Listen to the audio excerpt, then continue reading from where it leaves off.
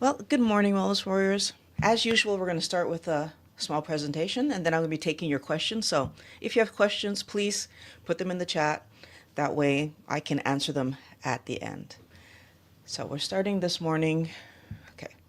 Uh, what I want to talk about is the fact that your joint pain and body aches are not strictly about your age. And I want to take this idea even deeper today. There's something happening inside your body that our community, so the keto community, doesn't warn us about. It explains why so many of us are doing keto exactly as explained, but are still in pain and not seeing the results that we were promised.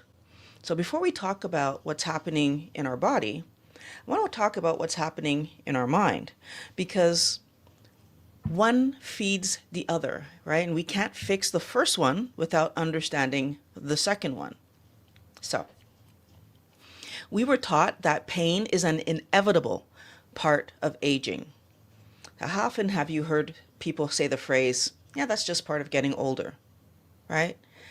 People we trust, like doctors, parents, when they're talking to us about our growing pains, right? It's just part of growing. The media, they all tell us that being in pain is normal. So what happens is we stop questioning it because these very trusted sources are just not questionable, right? We can't question them. It's our parents or it's our doctors. So we don't question it. Being told your pain is inevitable is a psychological event, not just a medical one. When a trusted authority tells us nothing can be done, we stop looking for solutions, right? It's over. That's it. This is called learned helplessness. We literally learn to be helpless. It's not a weakness. It's a completely normal response to repeated dismissal, right? So, learned helplessness changes our behavior in ways that we don't even notice. We stop advocating for ourselves at doctor's appointments. We're not even trying anymore, right? We stop researching because we believe that there's nothing to find, right? Why am I going to bother researching when everyone's telling me that this is just the way it is? So we don't even look for an answer. We start organizing our life around the pain instead of fighting it. I absolutely remember when I regained weight the last time before I found the keto diet. So that time before I regained weight, what I did was I decided that I was never going to try to lose weight again, right? Dieting for me was over. And honestly, had I not had a pain problem, I probably never would have tried to lose weight again. I was like, I'm done with this. And in that process, what I told myself was that I was going to focus on having fun in my life, right? I wasn't going to worry about my weight or the pain I thought the weight was causing, because I thought my joint pain was because of my weight. I'm not going to worry about that anymore. And I'm just going to enjoy my life. And as you can imagine, Wellness Warrior, the limits that I had on junk food went out the window, right? Because my attitude was, I'm supposed to enjoy my life. So why am I putting limits on myself? The most dangerous part is that learned helplessness keeps us eating the foods causing the problem.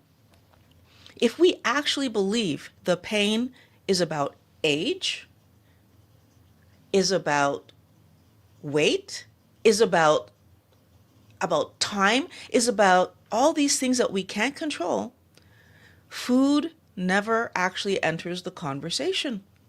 We never make the connection that we are eating the stuff that's causing the negative feelings and the pain we never make that connection. So that spinach smoothie continues to be in our diet because nobody ever told us to question it. The moment you decide to watch this video, a video like this, a video from keto doctors, the moment you try to watch stuff about your health, you broke the pattern, right? Curiosity is the antidote to learned helplessness. You're here because some part of you refused to accept the explanation that it's just because you're getting older. And that refusal is what's going to change everything. So since we aren't in the helplessness mindset anymore, what we now need to do is look at the things we haven't been questioning. So, keto channels, articles, and doctors give us safe food lists, right? And we follow them faithfully. The lists typically recommend leafy greens because they're low in carbohydrate and will have beneficial other things in them, we're told, right? We're told that nuts and seeds are the perfect low-carb snack. And if you choose the right nut, it's even higher in fat, so that's going to be helpful too. And we don't question these foods, again, because they came from trusted sources. Like, we took the time to seek out these doctors, people like me, like influencers, and like, we take the time to find these people. And so when they're telling us what to eat, it makes sense, right? We believe them. And here is what the list is not telling you, right? Low carb food does not mean low in toxin, right? And I know that toxins, like, so carbohydrates are a toxin, but just because it's low in carbohydrate doesn't mean there aren't other toxins. A food can be completely keto friendly and still be quietly damaging our body. Things like spinach, kale, almonds, and most nuts are among the highest oxalate foods in existence. Oxalates aren't good for us. Oxalates harm us. And every time we eat them, these foods, believing that we're doing good things for ourselves, believing that we're eating the right stuff, we're storing crystals in our body that can't be broken down by any kind of enzyme that we have in our body. So that keto baking trap makes this oxalate problem significantly worse, right? Because most keto baking is centered around what? Almond flour, right? When keto baking products became widely available, right? Almond flour is a staple of the center of everything. Almond flour is not just an occasional handful of nuts that somebody might have as a snack once in a while. And by the way, let me just point this out to you, because when I choose a snack, like for example, when I was having cashews, because I thought it was healthy and safe, I was having cashews almost daily. Just pointing that out. Almond flour is concentrated. You're having, like, instead of having, even if you had 20 almonds as a snack, no, when you have almond flour, that's concentrated. One almond flour muffin contains more than the safe lower limit suggestions that we would get over a period of 5 days. 5 days worth of the lowest limit is in one almond flour muffin, Wellness Warrior. This means long-term, keto followers may carry a higher oxalate burden than someone who never did keto at all, right? Especially if you engage the keto replacement baking and the green leafies, like more than any, like if you like green leafies, you are getting a lot of oxalate. And that's, the kale, the Swiss, like the standard American diet contains a lot of sugar, that's for sure. A lot of processed food, that's for sure. But not necessarily the concentrated oxalate, the way that we've been, deliberately eating it. So unless you're actually in the standard American diet, unless you're actually trying to be healthy and doing the green smoothies and the spinach salads and the almond as a snack instead of unless you're actively doing that, or if you happen to be one of those people that like the chocolate bars with the almonds in it, because chocolate's a high. So even on the standard diet, I was getting kicked in the face because I love chocolate, high in oxalate. And I would have chocolate daily when I was doing standard American diet, and I didn't care about my weight anymore. So when I started keto, I then turned around and added kale. So I removed the junk food, right? But I added kale, celery, collards, Swiss chard, and occasionally I did have spinach. I added all those things to my diet. I baked with almond flour, right? I made almond flour breads and cakes, and I made peanut butter cookies. Peanut butters are high in oxalate. I was snacking on cashews almost daily because I was told they were healthy, right? Well, I want you to understand we weren't making mistakes. We were following instructions that were incomplete. So I want you to think about this like someone is giving you a checklist to start your first garden. And so you're a total beginner, right? So you have a seed list, the best plants for beginners. And you plant them. And you water them as per the instructions. And you protect them, right? You put up wind guards if you need, or you have them in sun if they're supposed to be, and in the shade if they're... You're doing the right stuff for your garden. Only to find out some of the plants on the list that they gave you were weeds. And the longer you take care of this garden, the deeper the roots of the weeds and the real plants are intertwining and meshing in together. And this is where the things for health get complicated. Let's talk about what happens when we stop eating foods that contain oxalate, which is really hard to do if we eat fruits and vegetables, by the way. Okay. When we reduce oxalate intake, our body sees an opportunity to start clearing what it was storing. That is actually good news. It means that your body is finally able to do what it couldn't do before. Our bodies want to be healthy. I say this, and I'm going to keep saying it because I want you all to understand that. Our body wants to be healthy. If you give it the opportunity to clean up, if you give it the opportunity to repair and rebuild, that's exactly what it will do every single time without fail. Because why? Because our bodies want to be healthy. Okay. But the process of cleaning up, of clearing out the oxalates, can feel worse before it feels better. And the way I want you to think about this is I'll just use another analogy real quick. We all know that if you don't work out and then you start working out, your muscles will feel pain. It's going to feel worse before it feels better. Okay. So this response is called oxalate dumping when it feels worse. That worst part, oxalate dumping. And it stops many people from continuing right before they would have felt better. Because why? Because they're eating the better way and their body starts to hurt. They panic.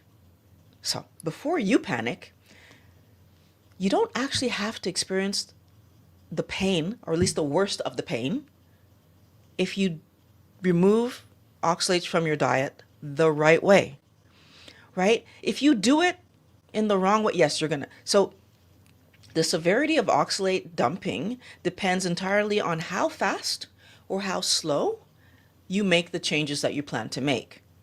Going too fast is like not watering your garden to kill the weeds, right? Like that just doesn't make any sense.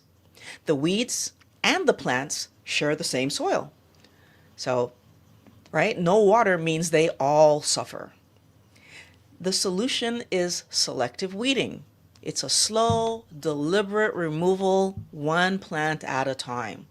That allows your body to slowly release oxalate, right? It's just going to slowly let it go. Because why? Because some oxalate is coming in, but we've decreased the amount. And our body's going to go, oh, it's less. So even though some is coming in, I can start to release a little. And then as we remove more and more of these plants over time, right, we just keep slowly, our body just slowly releases the oxalate. And just for you to understand how this works, when the oxalate gets released, it can bind to a bit of the calcium or other minerals that it can bind to and get evacuated down the toilet. So you can imagine that if I just stop eating it and all the oxalate comes out of my tissues and just binds to a bunch of calcium, what iron, like it just binds to a lot of stuff and just gets evacuated out the toilet. Well, there went all my electrolytes and minerals and like too, right? Because the oxalate bound to those things. And that's not a good idea. It's not a good idea. Now, I know doing it the slow way works because that's the way that I did it, completely accidentally. Not to say that I planned it, I didn't. I'm going to be very honest with you about that.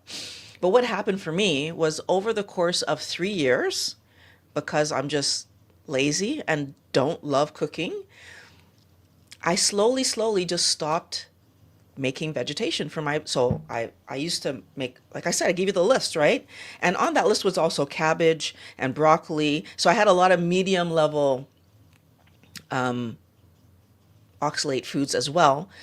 I had all kinds of things in my diet and they took long to cook. So if you compare, like, and they made more dishes for me. I mean, the whole process of cooking, I like it to be as simple as possible. Like, you can't imagine right now, Wellness Warrior, how happy I am that the way that I eat means one pan, so one frying pan daily. I use one pan and I have a collection. I have a complete set of all my things. I even have a collection of carbon steel that I bought when I realized that, Teflon is not a good thing. And still, most days I use the same one pan, a frying pan. That's what I use most. Why? I don't like cooking and I don't like cleaning up after my cooking. So because I didn't like this, the amount of vegetation in my diet just slowly over time got less and less and less. And by the time I went full carnivore, like my oxalate load was already so reduced because I was having vegetation maybe 2, possibly 3 times every other week. I would have a salad. So twice a week. Like, I didn't have any dumping. I didn't live any crisis. I didn't have any dramatic symptoms. Now, I didn't plan it that way, but I can tell you I've never been happier that I hated cooking. I could never. And you know what? Byproduct of me hating cooking and cooking the way that I cook now is that I don't mind cooking every day. So just throwing that out there for you to think about. I cook daily and it's fine because I figured myself out. Everything's timed, everything. Conversation for another day. Now I can give you the roadmap that I used, right? As a deliberate strategy, even though for me it was accidental. So I want you to just please don't be impatient in this oxalate scenario because that's what triggers dumping. And oxalate dumping can be quite intense. You can have joint pain that just elevates. So if you already have it, it just gets worse, or it could come on because the crystals get released from storage. And sometimes that means they end up in our joints. And so you kind of feel them more. If you already have the joint pain, I did have joint pain. That's a big question mark. Did I have oxalate issues before I went keto? Interesting. There's a conversation we might pick up in a minute. This can also cause your muscles to feel sore because when our body starts releasing them and it gets out into your muscles and causes inflammation and all kinds of, we can experience also brain fog and fatigue, skin issues, mood changes. Like, do we understand that oxalates can, because especially when we do almond flour and we've ground that stuff up into teeny tiny little, like the more ground it is, according to what I learned from Sally Norton, the more, the smaller the particles, the more they spread and the more dangerous they actually are, and impacting everything, Wellness Warrior. So talking to a keto-friendly doctor would be very helpful if you have any of the symptoms that I just listed, because you might be worried and you want to just validate that this is about oxalate. So I would definitely tell you to talk to a keto-friendly doctor if you have access to one. But as with most things, we feel a bit worse before we feel better. So talking it through helps us to stay on track.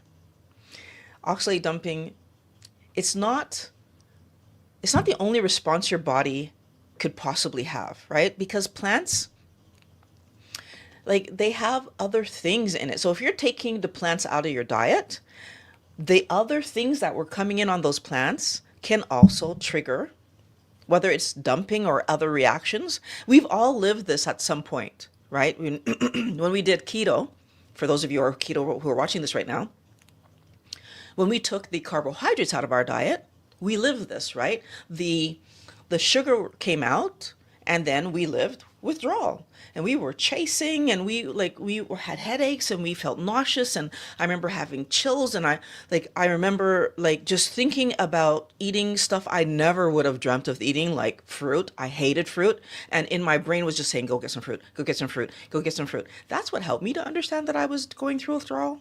In the work that I do, I kind of put it together, but not everybody would figure that out. So when you remove plants, your gut bacteria that have been living on plant fibers are struggling. And of course, the gut-brain connection is going to send you out to get what it needs, right? We're dying down here. Like, please go get us what we need. You might have temporary bloating, gas, or irregular elimination because you removed most of the plant matter from your diet. Your immune system can also begin to recalibrate after years of low-grade inflammatory responses, and so therefore, you're going to feel different. Sometimes it's for the better, but you could also feel worse before you get better. So these are all things we need to understand. So for that inflammatory thing, maybe it might make you feel more tired, and you might be a bit more moody before you start to have the mental clarity and the energy that a lot of us end up talking about. And we're talking about it because it absolutely does happen, but we need to get through all these changes that our bodies are going through. So many of us mistake this for getting sick. That's another thing. Like, I've seen a lot of people talk about it, and they thought they had the flu. They thought that there was, just stuff going on with them. And then, they realized it was dumping. So another time we are in danger of stopping our keto lifestyle, our healthy carnivore lifestyle, is because we don't feel good, right? Like, anytime we don't feel good, especially if we're new to something, so if we're new to the diet, we might think this diet just doesn't work for my body, right? Or another problem that happens is because I feel horrible, I'm not able to cook. And then because I'm not able to cook, I end up eating the fast stuff that's still lying around my house because it's still there and I'm actually hungry, right? So we do what's easier, and that causes us to give up on our diet, because once we eat that stuff that's off plan, we're chasing again. We're in our cravings again, and we're having problems again, right? Now, we might also fear that this carnivore path that we stepped into, if we actually link it and say, well, this is making us feel sick, and then we end up quitting. But we need, what I want you to understand about that, because it's a double-edged sword. We need to remember, no matter what we're doing, eating healthy is always the right answer. No matter how we're feeling, eating healthy is always the right answer. The problem that happens here is that if I'm new to carnivore and I start this diet and then I feel like this, I don't know for sure that this is the right answer, because I start this new thing and I feel like horrible, right? And this is why I'm talking about this today, because that's the other thing that I see. So many people who end up just giving up on carnivore because they started and they went from, especially the people that went from standard diet to carnivore, feel horrible. But I've even seen people who are doing a lot of veg in their keto, which there's always question marks for me. There's always question marks for me if you're doing a lot of vegetation in your keto. Is your body actually in a ketogenic state? And a lot of people will push to carnivore thinking that keto isn't working for them, not really realizing that your body just wasn't in a ketogenic state. So if your body's not in a ketogenic state, you aren't doing keto. Your body needs to be in a ketogenic state for your diet to be a keto diet, which is why 20 grams of carbs or less is what the doctors say. So I'm just pointing that out because, again, information is the key here. It's not just about getting to 20 and thinking, I'm in a ketogenic state. My body needs to be saying, yes, you are, by you having energy, by your medical things, by your health feeling amazing, by right, like, so like that's how you know you're in that ketogenic state. Energy, brain fog clears, all the things. So your mind and your mineral and electrolyte balance shifts rapidly because you aren't eating all those carbs, right? Carbs not only hold on to water, but they help balance out our minerals and like our micronutrients, right? So as does salt, by the way. So we could therefore have headaches and muscle cramps early in the transition part of what we're doing. Every one of these responses sounds scary, right? If we aren't aware that these are possible outcomes of not eating plants and then they happen to us, it reinforces the lie that carbs are necessary. There is absolutely no necessity to eat a carbohydrate, so a plant, ever. Our body makes all the carbohydrates that we need, first of all, and it makes the right one. It makes glucose. Now, I honestly think that this is why most people who have any of the symptoms rush back to carbs and do all kinds of cycling keto trends, and like they're only carnivore a few days a week, and then they're trying to be keto on other days because they're trying to balance things, and not realizing how dangerous that is for chasing, by the way, because I have a few days where I'm not eating any carbohydrates and my brain is not getting that dopamine hit, and then I touch it, the possibility of chasing is there. And the thing about us is that nothing is linear, right? I could do this for years, right? Days I'm not eating carbohydrates and then days that I am. And then one day I eat that little bit extra carb that triggers my dopamine hit, and boom, I'm chasing. And that little bit extra carb could be the same serving, because every single day as my body goes along, I get healthier. As I get healthier and my body is calibrating better and better, the amount of carbohydrate coming in has more impact. Something that a lot of people don't realize, especially women, because our hormones change. Because we go through perimenopause and menopause, our hormone levels are changing. The amount of carbohydrate coming in that we can manage, and why are we trying to manage it when we don't need it? But okay, that we can manage changes. And so again, you could be doing something, having no issue at all, and even just step into perimenopause, you're chasing, and you're back in carbs, and your body, and then we'll talk, oh, but I need carbs for perimenopause and menopause. No, we don't.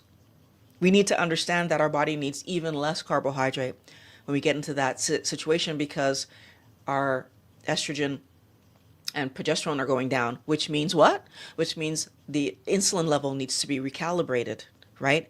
All of our hormones are in a homeostatic situation with each other. Okay. Okay, I went off a little bit tangent, but these are things that we need to understand. And knowing this puts you in the powerful position. So knowing all of this, it puts you in the powerful position of knowing what to expect, so you can stay the course. You can eat properly, right? You can stay on track. So now that you know what to expect, we're going to talk about what you're going to actually do, because I think that's the next thing, is how do we approach this and not put ourselves in a huge dumping situation? So let's talk about what oxalate is actually doing in your body right now, right? So whatever level you happen to be eating right now, because you need to understand why we don't want it in our body.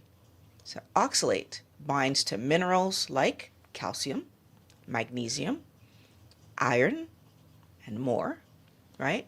And prevents our body from absorbing them, right? So if it's bound to oxalate, our body can't use it the way it's supposed to use it because it's bound to oxalate. When we eat plants, thinking that we're getting calcium, for example, like that's the classic spinach example, we don't get it because the oxalate binds to it and carries it out in our waste. So when our kidneys can't clear the oxalate fast enough, so like just urinate it out, because remember, we don't break it down, oxalate starts getting stored in our body tissues. Like, so our joints, connective tissue, muscle, probably other places. I know there are it can be placed in almost all soft tissues, and it can be into a bunch of tissues. Accumulated oxalate drives systemic inflammation, like throughout our body, basically. We are inflamed because we have a lot of oxalate in us. About 80% of kidney stones are calcium oxalate. So if you know someone, or if you have had kidney stones, that's probably why that happened. And this is what your body is putting up with before you start dumping, or before any kind of dumping would happen, because you don't want to dump. So let me just be clear about that. You don't want to dump. But before you start getting rid of it, right, this is what your body is actually living on a regular basis. There's systemic inflammation happening. And we get used to feeling bad, right, until the bad feels extreme. It's a slow accumulation that happens over years of faithfully eating healthy vegetables and fruits and nuts, seeds, legumes, and all the grains and all these things that we're told are so healthy have oxalate in them. Okay. The principle that I want you to think about is really simple. The higher the oxalate load of the food, the more urgently it needs to be out of your diet. So things like dark leafy greens are among the highest oxalate foods available. And then we get like, nuts, seeds. Those are extremely high in oxalate. And they actually carry additional plant toxins because nuts and seeds are the plant's child. And so that's like the thing that the plant is trying to fiercely protect. Legumes and grains fall into the same category. They're the plant's children, and so therefore high in oxalate, high in toxins. So I want you to understand that none of these things are health foods. They're just not. They are foods your body has been struggling with for decades. So first thing to go. Everyone should remove these foods immediately from their diet because they're just not healthy. So that's it. Now, don't worry, because that's not what's going to... Sorry, give me a second.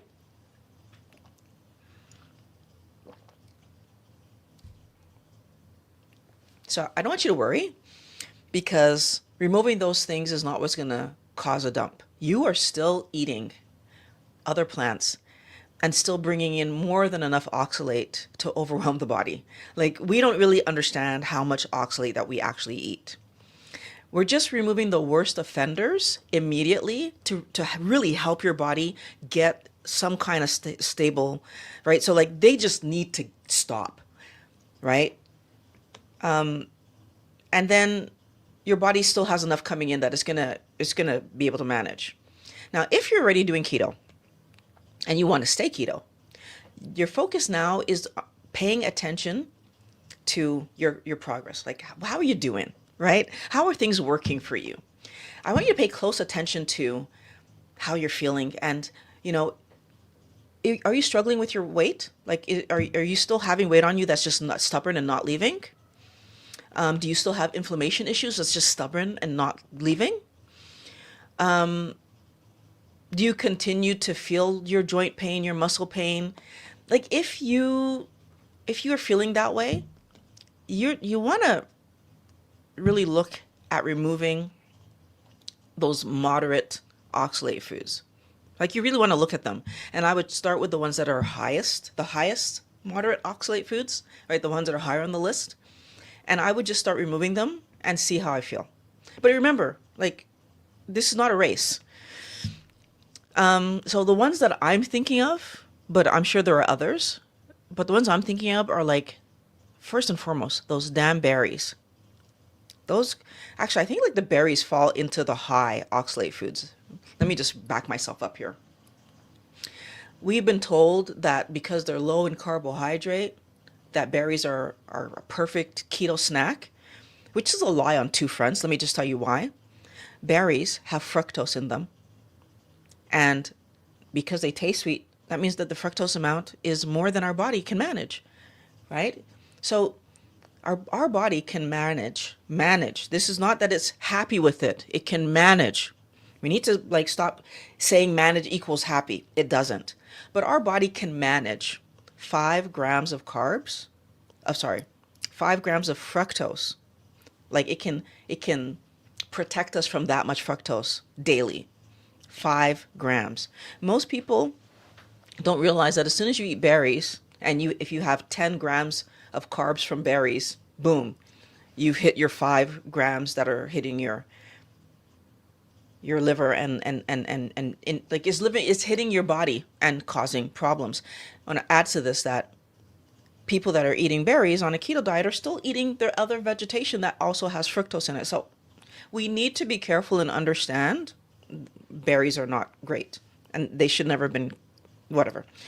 Then we have broccoli, cauliflower, zucchini, mushrooms, onions. Those are just the top of the list of like the ones you want to pay attention to and just try to get rid of those quickly because they are high in carbohydrate. You have the teas that I used to love, Earl Grey tea. Oh my goodness. And English breakfast. Like those are my two favorite teas, Earl Grey, English breakfast. I did drink green tea, which is also high. I did drink matcha. I only got into that right at the end. Like I got that in the middle of my keto life, but I didn't like it as much, so I didn't drink it much. Chai is another one. These things are high in oxalate. We need to get rid of them. The one that got me on standard diet, chocolate and cocoa. Like chocolate and cocoa, they got me. I mean, I was eating chocolate all the time. When I started keto, I did know I needed to put it down, but I was still buying cocoa powder and I would sometimes like add a little bit of that to my coffee, not thinking that there was anything wrong with doing that. It was cocoa powder, so it was not sweet, but it just gave me a little bit of a hint of chocolate to my coffee. I did eventually stop doing that when I learned that about the oxalate issue. So I stopped doing that. But like again, ways that we are taking in things that seem absolutely fine, like the carb count was so low, like the little bit that I was putting in wouldn't even have been 1 gram, but causing other issues. And we need to think about spices. Oh my goodness, Wellness Warrior. Can I tell you the huge change that happened in my life? Because when I went to carnivore, I was still eating avocado. Yes, it does have oxalate. Olives, which I do believe have oxalate, and a romaine salad. So just romaine. And no, it wasn't even a romaine salad. I mean, occasionally I would still have a romaine salad, but the salad that I was having was iceberg lettuce. And it didn't really have much of anything else in it, and there was a dressing on it. So to tell you that at the same time I took all the spices, I was still putting spices on my food. I took all the spices off. The change in how I felt it. I wasn't expecting to feel much difference, but I felt it. Like removing the spices from my meat and the flavor of my meat so much better, which I know is counterintuitive. We think we put spices on our meat for it to taste better. I love my meat so much more today, and fish. I'm able to eat fish. Another one. I'm able to eat fish. And I like the way it tastes. None of that makes sense to me. I had already started eating scallops. They taste even better to me. Like I've been eating things that I tried. Was it oysters or clams? But I tried one of those. I actually didn't mind it. I'm able to eat things now that I've removed spices. So just pointing that out there. But spices have oxalate in them. Again, These are the these are the most flavorful parts of the plant because it has the toxins that the plant is trying to use to stop us from eating it. And we're using it as entertainment, and it's not entertaining our body. It's causing problems. A call out to black pepper, high in oxalate, turmeric, high in oxalate, cinnamon, high in oxalate. Honestly, all vegetation has some level of oxalate. The goal is progressive reduction. So I want you to choose the lowest oxalate vegetation available that you were going to keep in your diet, if you're going to keep any. And your body will show you that it's working with less pain, better energy, and clearer thinking. And now, for those of you who have plants, like if you have plans, not plants, for those of you who have plans of doing carnivore, what I want you to do is respect the garden, right? You have this great garden that you created, and what you need to do is choose what weeds you plan to pull first. So you pull the weed, and then you give yourself a few weeks, even months, to make sure your body has time to slowly release some of those oxalates, right? The ones it's been storing. It didn't want them in the first place. That's why they're in storage. It's not like they're out being used. Nope, they're in storage. You remove the highest oxalate foods you possibly can first and give your body time to adjust. And then you just keep moving forward, right? And you move at the pace that your body tells you is right. Pay attention to your body. Take your time. This isn't a race. You've been eating this stuff for so long. It's not like you don't just not do it because it's not a race. It's something important to do, but do it strategically, right? Like I'll tell you, just so you, if you want to get a time frame, from the time that I realized that I don't have to be cooking all this vegetation, like when I found Dr. Baker and Dr. Berry switched to carnivore, when I had all these doctors saying, you know what, there's no reason to actually be eating carbohydrates, and like Dr. Fung had already told me that. He'd already said like our body makes all the carbohydrate we need. But when I had the confirmation from Berry changing and Baker coming up and saying, yeah, it's absolutely unnecessary, I started making those adjustments. I started cooking less vegetation. From the time that I learned that information until I was down to eating, so basically until I went carnivore, which was February 2 years ago. And it was like 3 years before that when I started to I don't have to do all this cooking because I hate cooking. Took 3 years, right? From learning I don't eat all of that veg to going carnivore took 3 years. I want you to think about this differently, Wellness Warrior. This is not a race, but it is a goal, right?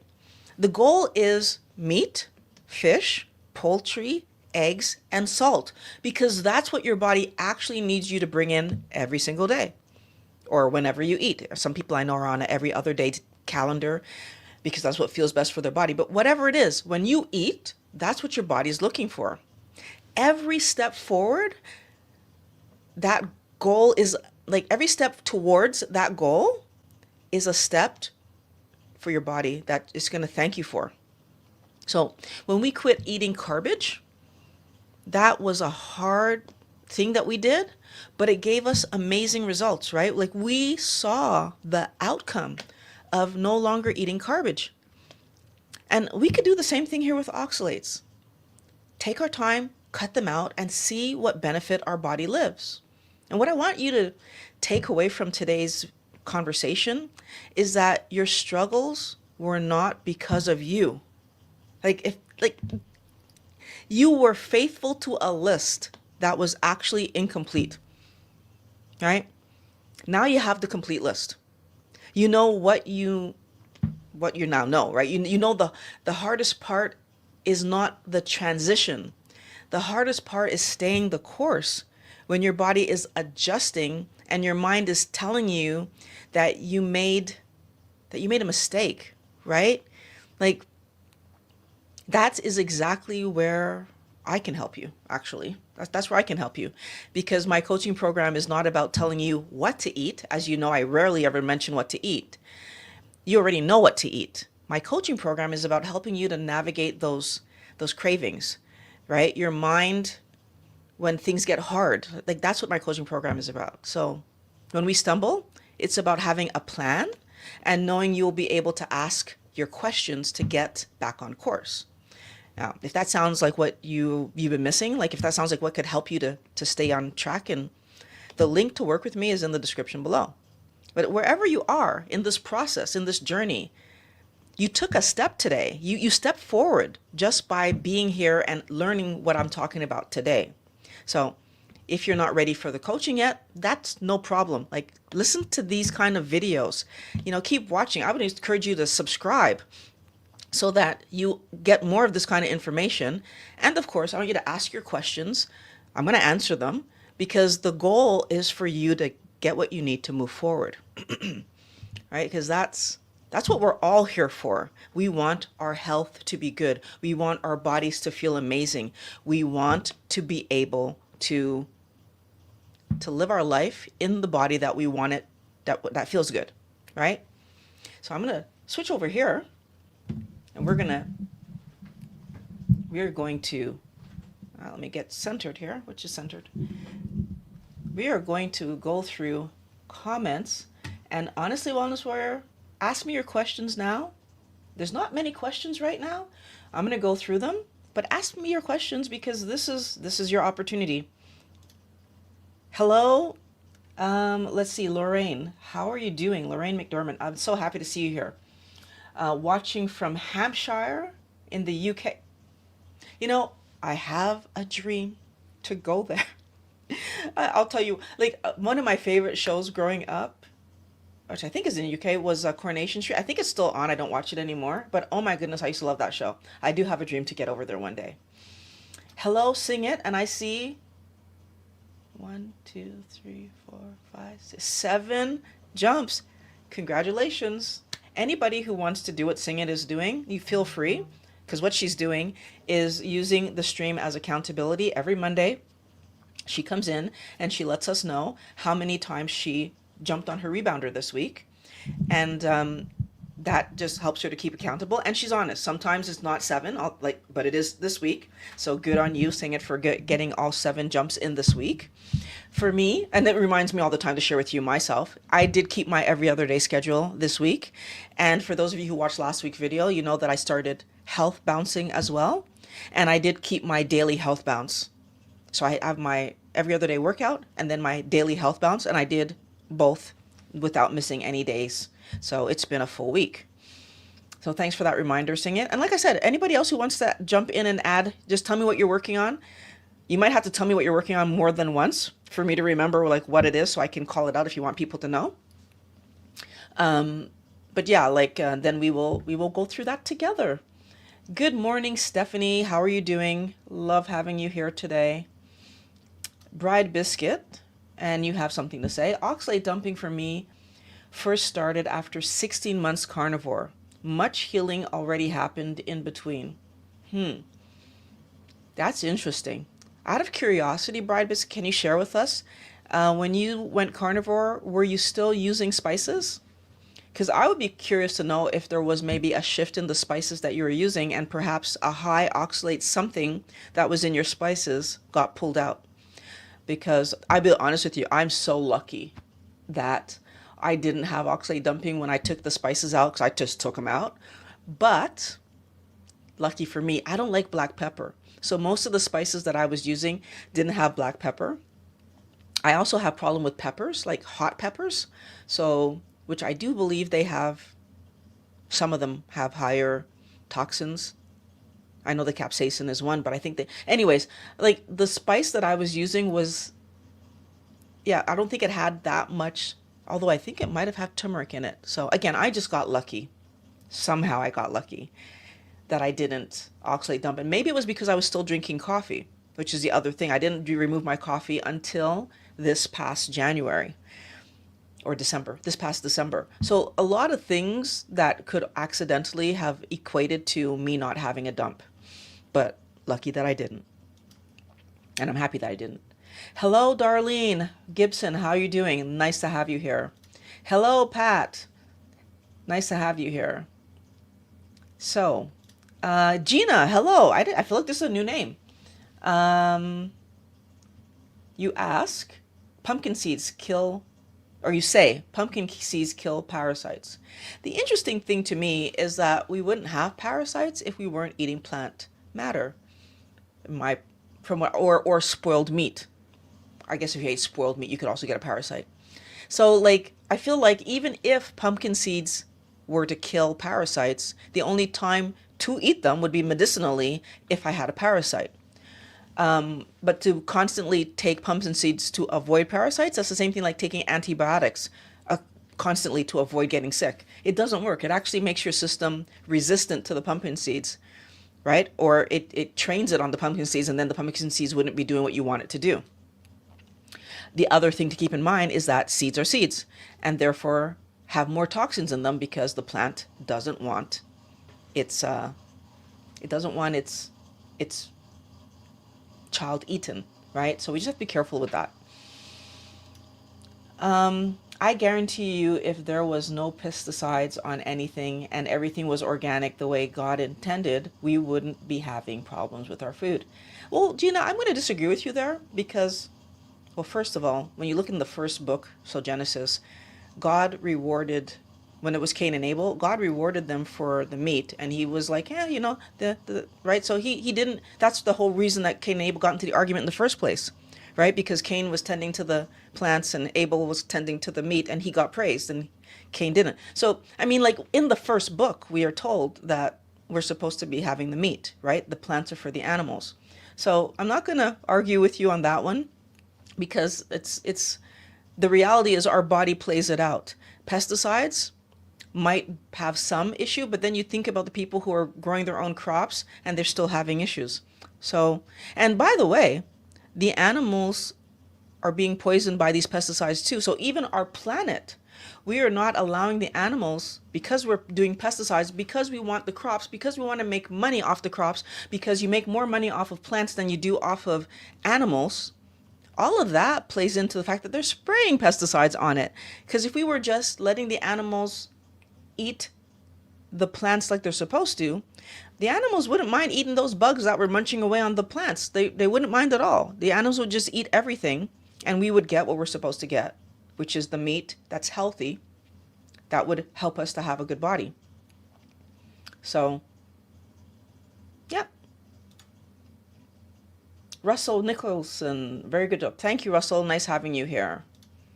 The standard American diet is full of pesticides. Absolutely. And it's unfortunate, but at the same time, we shouldn't be eating those plants in the first place. So, like I do think that at some point we all just need to recognize that our bodies are asking us for something very specific. Protein and fat, the animal version. Why? Because animal proteins are incomplete. Plant proteins are incomplete. So all plants, when we are going to eat them as meals, we have to recombine everything. Whereas if you eat fish, that's a complete meal. If you eat any kind of meat, that's a complete meal. If you eat chicken or poultry of any kind, that's a complete meal. Eggs, they're small, but still a complete meal. They have everything in there that you need to move forward. We don't need vegetation, and that's part of the reason I'm talking about this. I like to know how much pesticides I absorb every time I eat salad. Don't worry about how much you're absorbing. Stop eating the salad. I mean, honestly, like I feel like one of the things that we need to be careful about is feeling like we can trick our body into doing good things rather than do the good thing and let our body tell us, like by giving us what kind of health, right? If I eat, I'll give you a very concrete example because I think this might help you. So when I was in my keto way of living, this is just the way that my brain works. I make meals. So if I'm eating, for example, pork belly, which I was eating on my keto way of eating, pork belly with a side of vegetables. My vegetables were broccoli and like I think broccoli and cabbage usually with that meal. Going back in history, I have to try to remember. But broccoli and cabbage is what I was eating with my pork belly. Because those are my two favorite vegetables, by the way. So just like I can eat well, I was able to eat cabbage all day, every day. I just love cabbage, and I love broccoli. I was able to eat a Costco slice of pork belly with cabbage and broccoli. And what that's telling you is that that's the size of my meal. Then, and Costco pork belly slices are pretty much roughly the same. So this was over multiple years. I was doing this exact same meal and able to complete it. But then, when I went carnivore and tried to just eat one piece of pork belly as a meal, I just like wasn't going to eat the vegetables. I couldn't get through half, the exact same size, one slice, like I was doing all the time, couldn't get through half, which helped me to understand how eating carbohydrates allows us to eat more. And I had heard people talk about this repeatedly. Doctors talk about it repeatedly. When you eat carbohydrates, your body flips into the storage mode, and it flips in like almost immediately. Why? Because your body has no choice but to protect you from the incoming sugar, because your body keeps the perfect amount of sugar in your blood at all times. So when you bring in sugar, it's in a crisis. It starts, right? So when I understood that from my own interaction with food, it caught my attention. The same thing happened. I used to have a certain amount of ribs. I would weigh it, amount of ribs, and then I would have my side of vegetables. Same thing happened when I went carnivore. Could not even touch the amount of ribs that I used to eat when I had vegetables beside it. Like, I couldn't get it down. So I really want you to just, rather than fight your body or try to go around the toxins, or like, I mean, if you're going to eat salad, but understand that it's not just the pesticides on top of it. Your body, that fiber is not doing anything great for you. It isn't. It's important for us to understand that. If we have any opportunity, any chance, any way that we're going to help our body get to the healthy state that we're trying to get to. And I'm going to point out, at least for me, anyways, I'm not going to talk about you. The only time I ever wanted to eat salad was because I was on a weight loss story. And even in my keto way of eating, the salad first was because I thought, okay, healthy, quick thing to do. I don't have to cook. That was my reason for making salad. Right? It tastes good enough. So I'll make a salad. Don't have to cook that. But seriously, if I really, really like think about it, never like the salad, the vegetables were never the part of the meal that I liked. That I was like, oh yeah, like the part of the meal that I was enjoying was the meat, fish, poultry. Well, today I can say fish. Back then it was the meat, poultry, eggs. That was what I was enjoying. Today I can add fish to that because I actually enjoy my fish today. And again, that came to me later in life once I started to actually like take all the spices out and taste the reality of the food that I'm putting in my mouth. Right? That's when it came to me. And you said thyroid starts in the brain. I'm not really sure what you mean by that. If you're talking about like the connections, like I'm not really sure what you mean by that. Let's just think about my brain biology for a second here. Thyroid gland. Anyways, I'm not really sure what you mean by that. But at the end of the day, I hope that what I've said helps you to rethink some of these things, which is fine. So, hi, Sing It. How do you get off coffee? How did I get off coffee and not oxalate dump? How slowly or cold turkey? So what I did first, because I knew that I was going to, this is again, just how my brain works and the things that I do.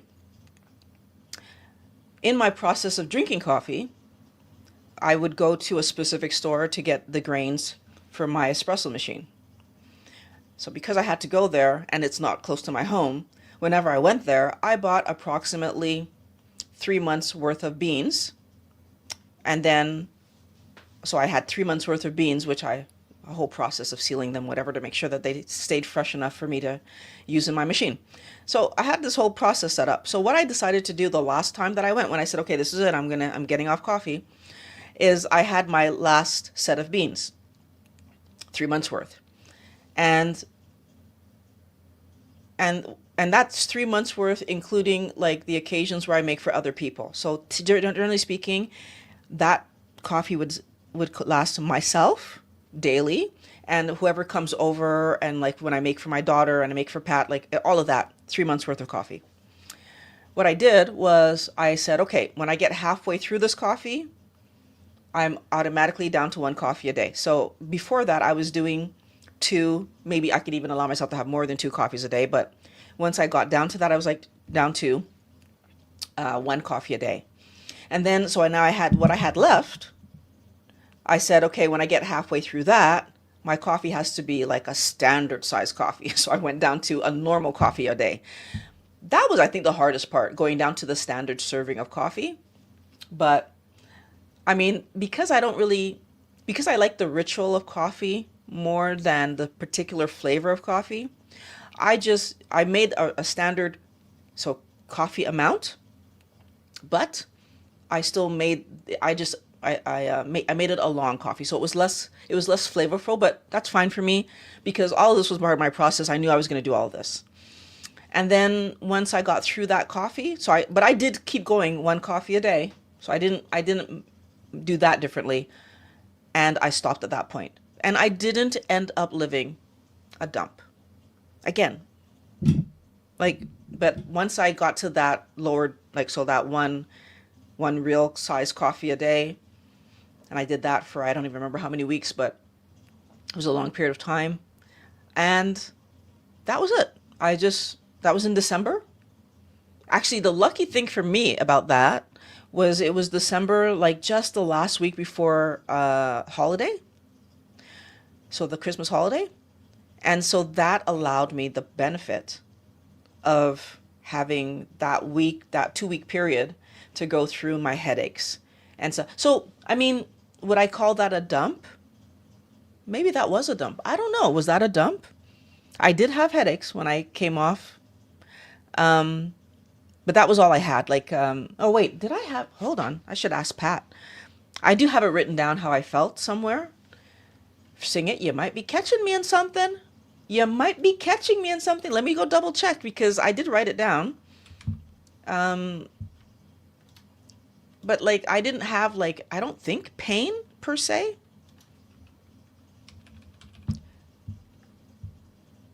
Okay, let's see. What were my first initial things?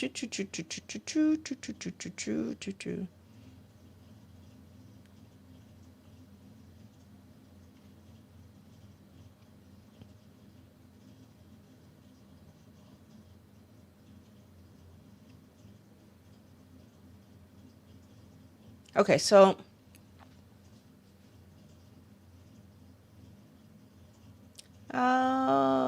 I don't see. Hold on. I write so much stuff, right? Wellness word that right now I'm having trouble finding. Oh yeah, that was the day of that. Okay, so there's so much for I don't know how to. So so I had a I had a headache, that's for sure. Uh, you know what? Sing it. I'm disagreeing with myself. When I went carnivore, but still had coffee, I didn't have any dumping. I'm actually disagreeing with myself. I think when I went off my coffee, I might have had a little bit of dumping. I'm reading here some aches in my body, and my legs feeling extremely tired. So is that part of dumping? Let me see. Da da da da da da da da da. I have to go and double check. So I'm going to cross reference, but I would say yes. Wow. Thank you for that. That's very interesting. I this is a video that I still need to make, going through what happened to me when I went off coffee. And yeah. So when I was off 3 months, I got itchy places. I don't think I didn't have any itching. That's for sure. I would have remembered that. Definitely the headache thing. Yeah. So I would probably say that the headache, but yeah, I mean, again, I didn't go off my coffee for another, oh my gosh. So I was carnivore for, I think it took me another 2 years before I went off my coffee. So again, these were really slow processes for me. Maybe a year and a half. I'm going to double check the dates when I do make the video. But I really did stretch these things out. So if you do keep your coffee, then yeah, you'll probably avoid some of the other dumping that could happen. Because I do assume that, I wonder if, is coffee a high oxalate food or a low or a moderate? Is coffee high? Now, okay, first before I do that, histamines came up real fast. Coffee is generally not considered high in histamines itself. Okay, I was like wondering, is that another same thing that we're going to find out here today? In oxalate. No, brewed coffee is generally considered low in oxalate, containing only about 0.7 to 2 milligrams. But you know what? Just for clarity, just because something is low in oxalate for the world doesn't mean that it's low in oxalate for me, because I had already removed like most of the oxalates out of my diet. So the fact that my head aches all over my body, I would definitely say that I would consider that a dump, because for me, that was probably just like a lot of oxalate to remove at that one time. This is part of the reason, Wellness Warrior, that I will say it is so important to do these things slowly, because luckily for me, when I did remove those oxalates from my diet, I was able to, like, I don't think it took me long to be back to feeling normal. I believe within a week, I was back to feeling normal. Yeah. Actually, by day 3, what is that, day 3? I was rebounding. So yeah, like, it didn't take me long to be back to feeling okay. And I do think it's because, again, like, all the things that I do, they're decisions that I take, right? Like when I went keto, that was a decision I took, knowing from what I had read, from what I understood, that this is a change you're making because this inflammation problem that you're having is actually causing chaos in your life, right? And because I knew that, then I made that decision, and therefore that's what I was going to do. So, and it was the same thing with everything else that I did. As I took a decision to go, like, I'm cooking less. I'm not gonna bother my head with all those vegetables and whatever. Then I was cooking less, and the only time I would ever cook them is if the kids were coming. Okay, I'll cook some vegetables so they have a side dish, but for me, most of the days I was fine not having one. Let's see. So now what? Just water? For myself, yes. What I drink is water, and I drink like either still water or sparkling water. You know, the day is still there. Like I have this little, like, in the back of my brain, wondering, like, am I going to find out at some point that carbonated water is a problem? I have looked it up before and I couldn't find anything that says it's a problem. But I'm waiting, because if I found out it's a problem, that's going to go too. Like in my mind, I don't see the value in eating things that harm our body. I don't see the value, because my body is the one thing that I need to be good all the time. Because if it's not good, my life is not going to be good. Right? Like, and it's really that straightforward. So yeah, like right now, so what do I eat? Personally, I eat meat, fish, poultry, eggs, salt, and I drink water. And I can't even say that there's a problem. I'm the happiest I've ever been because I barely think about food. I'm the happiest I've ever been because my body feels amazing. I'm the happiest I've ever been because I have energy. Like I said a few weeks ago, and it's still the case, the first thing I think about when I wake up in the morning isn't work. It isn't anything stressy. It's, is this a workout day or not? That's the first thing that comes to me when I wake up in the morning. Is this a workout day or not? Because if it's a workout day, that's the first thing that I do. I work out. If it's not a workout day, Then I go and do other things and I get on with my day. At some point in the afternoon slash evening, depending on what's going on with me, I do my health bounce, right? So either I'm doing it while I'm making my cat's food, or I do it when I'm making my food. At one of those two meals, I'm going to have my health bounce. So, like, I do feel that this interestingly new ability I have to be interested in working out coincided with me letting go of coffee, which is like, wow. But I can't remember if it was Pat that said this to me or someone else, but they said like, maybe it's because the coffee was giving me this kind of fake energy. And now when because I'm not drinking coffee, my body is just asking me to get some real energy. And if that's what's happening, that's really cool. Like, I love thinking that that's actually the answer, that my body just wants me to have some good, honest, clean energy. No more alcohol on special occasions. So no, this is where I haven't made a decision about alcohol. So I'm not going to say never to alcohol because I haven't made that decision yet. But I will say that the holidays that just passed, did I have anything to drink on the holidays that just passed? We had our family over for Christmas. I think I had one glass of wine. My brain is telling me that I had a glass of wine. Did I have more than one glass of wine? My brain is telling me that we had a glass of wine. So that's probably what happened. I feel like I remember having at least one glass of wine. But, compared to my history where, like, I would have probably had a glass of wine at every single event that I went to, that's a change. And again, because my liver having the ability to clear things matters to me.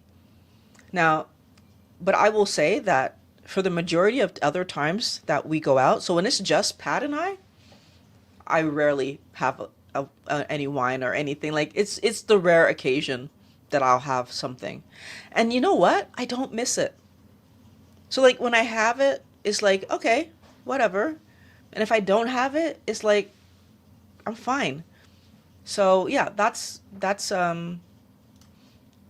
thank you very much. I honestly, okay, so here's the thing. I try to be honest because I don't think there's value in me trying to say that I'm doing something that I'm not, because it doesn't help you guys. Like, I feel like having a real person in front of you saying, this is what I do, helps you to see that it's actually possible. You've seen my stumbles. You've seen like when I was off the rails with cashews, and like I talk about these things because it's reality. We think we know something, and then we realize, no, your body's still in more control than you will ever have. And that's important for us to know, because if we think we can outthink, outmaneuver, outplay, outgame our body, we can't. Whatever comes in is building us. It's determining how we're going to feel, both physically and mentally. It determines how much we're going to be able to work, regardless of what kind of work we do. So what kind of mind work we do, it doesn't matter. It really doesn't matter. Whatever you are eating determines how well your brain is able to process food, and right, like it determines how well your body's be able to rebuild itself. Like, everything matters. So I'm honest because I want you guys to feel good. Like, I feel amazing, and I would be so happy if everybody felt as amazing as I do. And trust me, there are people in my family that if I could tie them down and just force them to eat this way for like a year and then like let them up and let them see how amazing, I would do it in a heartbeat. But you can't do that, right? So what I am doing is I'm talking to people, so you guys, because you want the information. People who want the information, they're going to stick around and hopefully learn from my mistakes as well as my research. Did it affect you? Any pain? You remember? Last question. Doesn't have to be your last question, by the way, but no, I didn't have any pain or anything. Well, okay, right. I'm like even more cautious now with drinking. because I absolutely understand that if you haven't drank in, so that by that point I hadn't drank for a whole year, because like I know for sure during that previous year I didn't drink anything. So if you haven't drank in a long time, this like one drink can hit you. So the other thing that I did is that I that drink lasted me hours, like hours. Like I did not drink it quickly. Like that glass of wine, it like took me like the whole. I think my family had actually left and it wasn't finished yet. Like that's how like I really took my time with it. So that's the other thing that I did to make sure that like I don't get myself into trouble. Like you don't want to be drinking wine like if it's water. That's just a recipe for the disaster. There are influencers out there that look one way, but not how they appear. Appreciate your honest journaling of your journey. Yeah, because I feel like people are so afraid of being like called out on stuff, but like I talk to you guys honestly. So let me tell you something. Like this is something that goes through my mind every time I go grocery shopping. It would be hilarious for me to run into someone who like watches my channel and them to look at my cart. Because if I'm in the grocery store, it's because I'm picking up things for the kids, not for me. Because I get my meat from the butcher now. So like sometimes I'm in the grocery store and I'm looking at my plate, sorry, my plate. I'm looking at my carrot and I'm just like, yep, yep, yep, yep. Like, I might have some cereal in there or I might have milk. Well, I always have milk. Maybe even bread. And it's just like, yep. But I don't control, my kids are, they're all 321. I don't control how they eat, right? So if that's what they're asking for, if like I said, my rule is if you ask me for it, I will pick it up. So if that's what they ask me for, that's what I pick up, right? So, but I could imagine that someone would be like seeing me and being like, what the hell, right? But it's not for me. Like I don't live alone. If I lived alone or if it was just Pat and I, that would, our grocery shop would be so different. And it will be so different when it's just the two of us. But until that day, this is what it is. Um, yeah, scared to even try. Haven't had any liquor in over 15 years. Headaches wasn't worth it. So I will tell you, like in my previous life of standard American diet, and even in my early keto years, because in my early keto years I didn't stress about drinking, I was never the person that got a headache. So I could drink and just but I was very conscious of the fact that like I could go from 0 to 100. Like I could have like my second drink be fine or my second drink can hit me. So I've always been that person that like tried to nurse their drinks and drink them slowly or slow enough that I don't get hit. Um, Especially if I was out without my spouse, because like who's gonna help me, right? But I've always been the person to drive. That's another thing that I do that helped me to stay on track, is that I would voluntarily be designated driver so I could only have one drink if I had one at all. And a lot of the times what I ended up doing, because I was designated driver, which was another thing that, well, it didn't save my liver any, I now know in retrospect, but I did it nonetheless, was I used to drink Pepsi when I went out. Not an advertisement. I'm just telling you that that was my drink of preference. And I would just order soda all night long. And because I was the designated driver. And I still got to be out with my friends. I still got to have a laugh. I still got to have a good time. But then when I was driving home, because often where I live, they would have those roadblocks to do to verify if you've been drinking. And if they caught you drinking, yeah, that was the fine was huge. You couldn't take your car home. Like it was a big deal. So um, I just always made sure that I was in a good situation when drinking was concerned. So, and of course, like I mean, that was something my dad really pushed when I first got my car. He is like, don't don't be that person that's driving and drinking. Like losing your car is not worth it. The struggles with just he said don't do it. Like, and that stuck with me. So whenever I was the driver, yeah, there was no way. A cooler head said, mm-hmm, just made a choice and left it alone. Okay. Okay. And I think a cooler, aren't coolers the ones that have less alcohol? Okay. I mean, honestly, I feel like when you're young and you're in your teenhood and you're in, well, not teenhood. I didn't start drinking until I was an adult. Again, I'm a goody goody. But when I first started drinking, like, no, that's not even true either. Because like my dad was like more the kind of person that said like it's okay for you to try something. So like in the house, if he was drinking a beer, like I could have a sip. And I remember doing that like well before I was 16. Like he's like, yeah, you could taste it. And I've had a sip of beer, like, and I think that's part of the reason it wasn't like, so, oh, I have to start drinking. Like when all my friends were like, whoa, I was like, yeah, so who cares? Like, and I didn't particularly find it tasted great, so I was like, whatever. And like at Christmas parties and all that, like those things, my parents would make this like big punch that was like mostly juice and again liver juice, right? But it was mostly juice and whatever, and it had a teeny bit of one particular kind of wine in it to make us feel like we were big adults, you know, like they'd put a little bit of one of the wine. What was the wine that they used to put in there? I want to say maybe,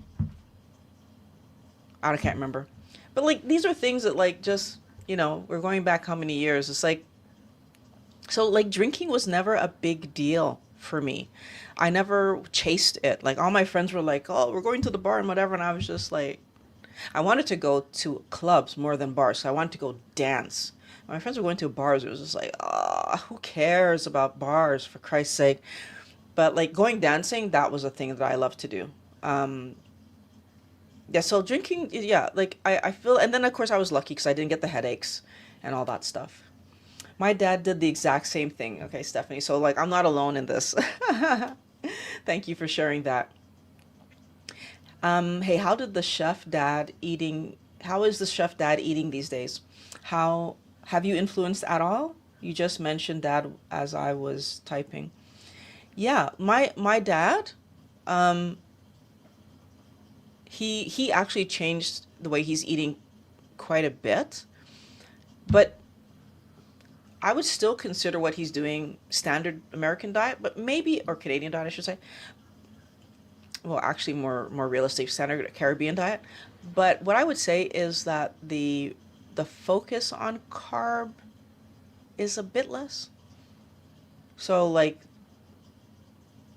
yeah, I feel like, I mean, at the end of the day, my mom still is the one that cooks suppers, so that's a thing.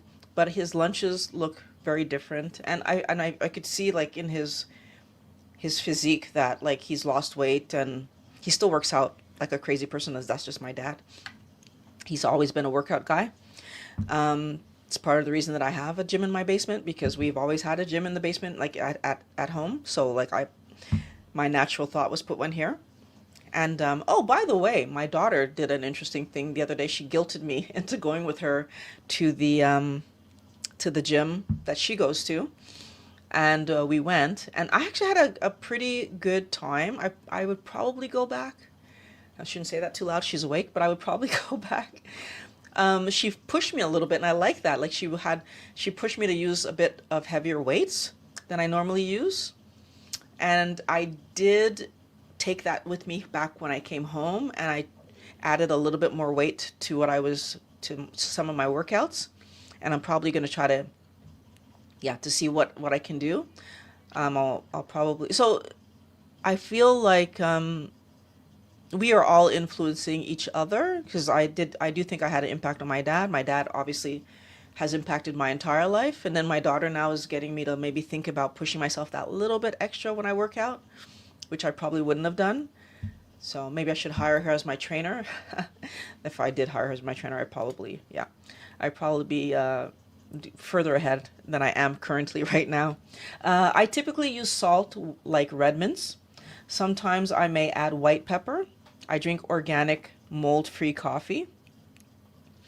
Raw organic sauerkraut a few times per month. Otherwise, it's just animal proteins that have fat. Interesting. Yeah. I mean, again, I feel like sometimes we keep things in rotation because we're like used to having fun with food. But I really do encourage everyone, like, eat for health. I don't know. Sauerkraut, so I know that's a fermented food. Yeah, like it is just important for us to understand every single plant has toxins. And I'm going to end that conversation there. He didn't want us to drink, so he scared us with ouzo. And it worked. Ouzo is bad. Really? Okay, I've never tried that. I think the worst thing that I've ever tried, like worse in the sense of like, oh, like I didn't like it. What was the worst thing I've ever tried? Like, oh gosh. Like I know that my uncle has on occasion, I was an adult by this point, but given us like different kinds of shots to try, and some of them were just like you it was like, why would anybody drink this? And it was like a one time like I've tried Jägermeister. That wasn't the worst one though, I don't think. Although I didn't particularly like it. I don't know why people think that that's a great shot, but yeah. But there was one that my uncle, and it was just like, oh, it was just like, why would anybody drink this? I think whiskey's another one that I don't get why people like it. Whiskey. I mean, I'm okay with rum, but I would never drink it. I don't drink it straight. I wouldn't drink it straight, but I know people that drink it straight. Like, why again? So like, I feel like anything that's like, I if I'm going to drink, I'm more likely to drink wine, and like that doesn't happen. So, yay, dad. Yeah, I mean, dads are amazing. I just like dads. Like I'm very happy with the dad that I have, and would not trade him for $1 billion. Bride biscuits. Just ran out of the pink Himalayan salt, and just bought Redmond's. No microplastics. So we don't have Redmond's here, unfortunately. So I can't even try that. Maybe the next time we go to the U.S., that's the thing I'm going to load up on. One time we went to the U.S. and we went to a Costco, and they had a different kind of spice there that I still have downstairs because I bought like a few containers of it because it tasted so nice for me at the time. I might end up giving it away to somebody, but or even throwing it. I don't know. Doesn't matter. It's like now I look back on it as I might actually, you know what I'm going to do with it? I'm going to bring some of it to my office to be part of my props for when I'm talking about spices. I can hold it up and say like this stuff, because it had coffee in it, and it had black pepper in it, and a bunch of things that like, yeah, it was a very different taste though. So bride biscuits, I've switched between Redmond's and Pink and Malden. I've never heard of Malden salt. Interesting. Never heard of that salt. So maybe another one. I'll have to look it up to see like what benefits does it propose or talk about. But Wellness Warriors, this was an amazing chat. I'm so happy that you guys joined me here today. And so next Monday, 11:20, I will talk to you again. Have a great rest of your day. And honestly, what I want you guys to do is, if you have high oxalate foods in your diet, just slowly remove them. You can do it. So one step at a time. And I don't know what video I'm going to send you to next. I hadn't thought about that, but something's going to play. So today's video is brought to you by my keto consultations. You know how to do keto, but you're having trouble just sticking with it? Book a consultation with me and we're going to get you back on track. The link is in the description.